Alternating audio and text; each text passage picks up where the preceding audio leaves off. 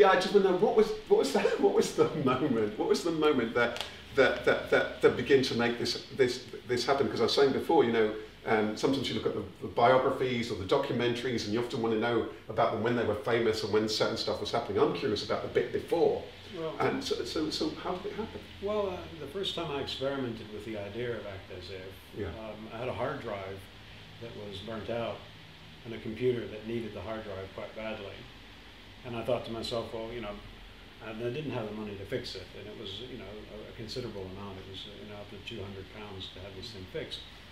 And I thought, well, how can I get this thing working again? You know, I had it in my hands, and you know, it'd be nice if I was sort of a magical person and I could just touch this thing in a healing process. It became whole again, and I was able to use it. But I thought, no, I haven't really got, you know, that kind of faith that I can actually do that. But how, you know, if I was acting as if it was fixed, what would I do?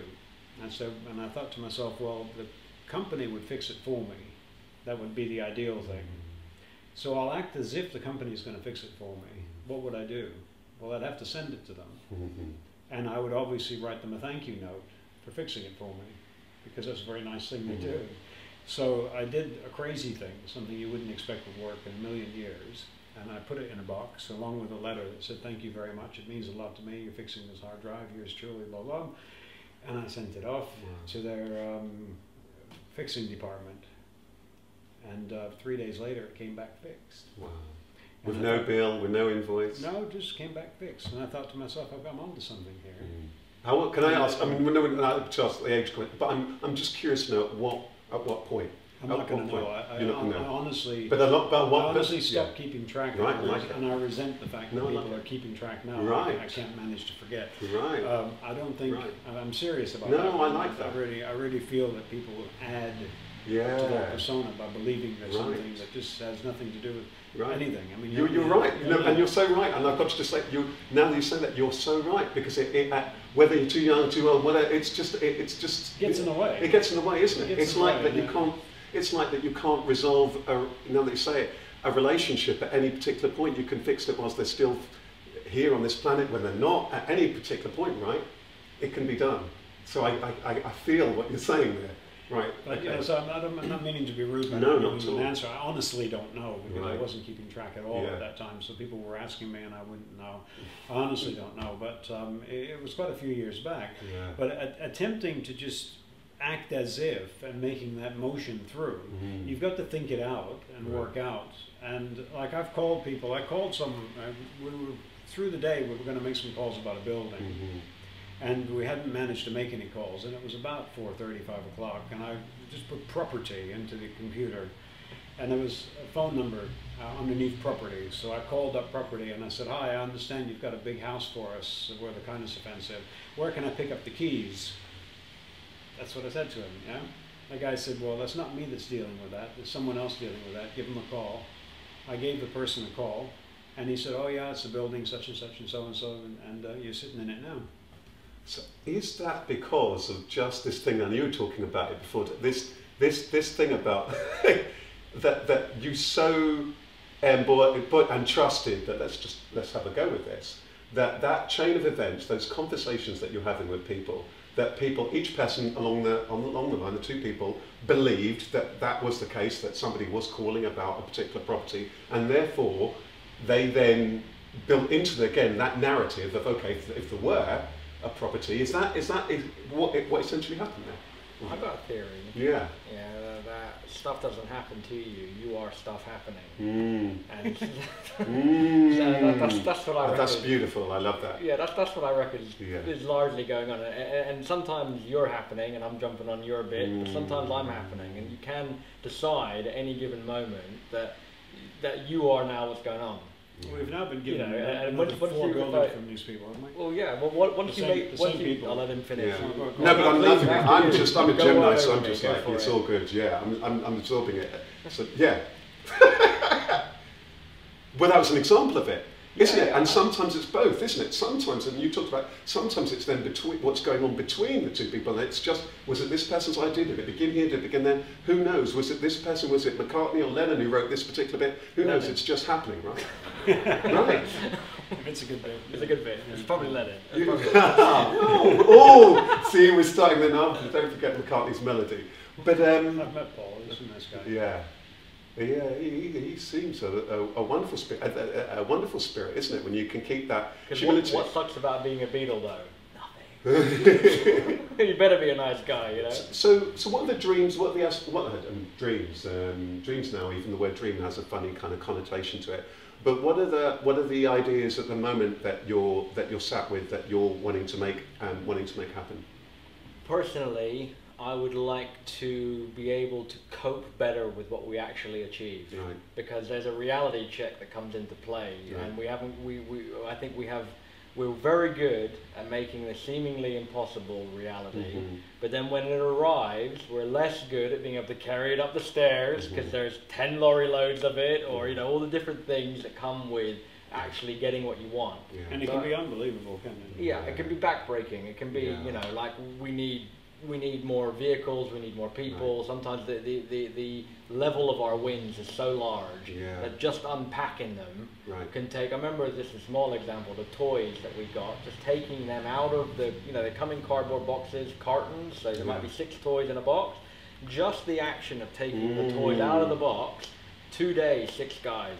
So vehicles and people, certainly. So when people are filling it, when people are coming to your website, right? No, because that's, because I came here thinking, and I'm going to ask you afterward, what can I do? I want to know what I can do. But one thing, now that you've said that, I want to mention that, because I just think this is absolutely phenomenal. And I just want to say that when I wrote my book, Soul Trader, I had a hunch, right? And my hunch was that, this wasn't a hunch, I knew that it was originally called Soul Trader, Building a Business by Heart. How can you just, from your heart, through the heart stuff, connectivity, compassion, creativity, all of that stuff, just make things happen?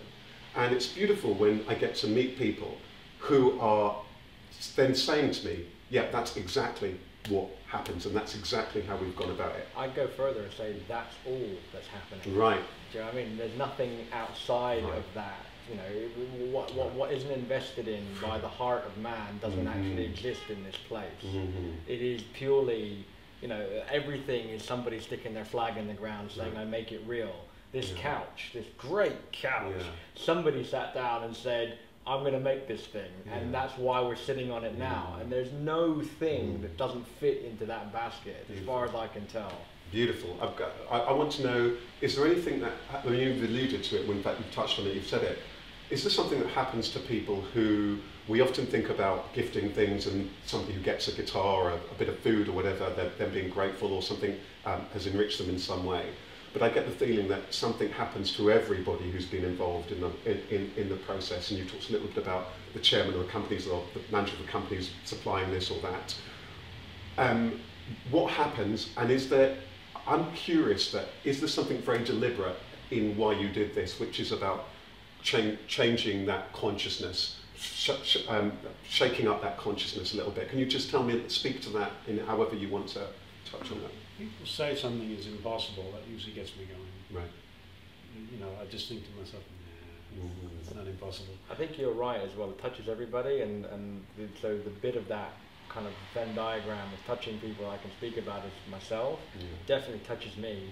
You know, I mean, doing these things has a huge selfish, profound personal impact. Oh, it's great fun. You know, and I can't speak on behalf of anybody else, the CEO or any of our volunteers or you or whatever, but like personally, when I do these kind of things, when I dare to dream big and it happens, and then we go and affect the lives of other people positively, that's a huge take home for me. Personally, privately, selfishly. Yeah, that's a great thing for me. So I can speak to that bit of it with great authority. Oh, it's good fun. It should be a sport. There should be competitions to see who can be the kindest. You know, it is a really fun thing to do. And you don't need a kit. You don't need an outfit. All you need is the will to do it. And you'll find opportunities that are there that you know, help someone across the street, smile at someone who's looking down, let someone have your place in line occasionally. and cheer them up because they're one step ahead now instead of being one step behind. There's all kinds of little things that you can do in life, and we're trying to encourage that. Which is why, like earlier, we said we'll give stuff to millionaires. People have said, "Oh, you shouldn't do that." So, well, we want to encourage kindness. How much better than to encourage a millionaire to be kind? Because if he's got all of that wealth, he's going to maybe hand some over to other people. There's an interesting thing about the millionaire, though, is the millionaire can buy just about anything. The one thing he really can't buy is a genuine act of kindness. Like you can't buy love. When you buy love, it becomes prostitution. There's something happens with that exchange. So even the millionaire is in a position where we can provide something for him or her that he can actually purchase. You're right. I've worked with a few of them, and very often it's that heartwarming thing, the heart that suddenly is warmed, isn't it? And maybe that's what all the pursuit of all this stuff was actually about for them in the first place. And they have that moment where their hearts actually feels warm for the first time. I just want to thank you both for warming my heart. But I'm wondering, can we possibly have, because I would love to show the viewers the bus, and can we have a look is it possible for us to have a look around? We need to ask the great man Zeus if it's possible. Okay, so you can see the bus. Can we see? How about this? I'll show you just very briefly stand in the middle and I'll just point at stuff with Zeus. I'll get the keys to the bus. And have we said, and at the end when we do the thing, I must get you to mention the website. Really? When we do that, because we'll have to mention the website. Are we still rolling? I did get it in are. there. No, we're still rolling. Let's mention the website. Yeah. I did get the website in. Yeah. But let's say again. Contact us and let us know. It's kindnessoffensive.com. Is it the kindness offensive? Well, just Google kindness offensive, and it will come up at the top. You really can't miss it. Fantastic. Well, just before we do the tour, I just want to formally say I want to thank you for your kindness for accepting me here today and coming on stage. I brought a couple of things along which I'm hoping that you might possibly accept too. So, but let's have a look. I'll show you.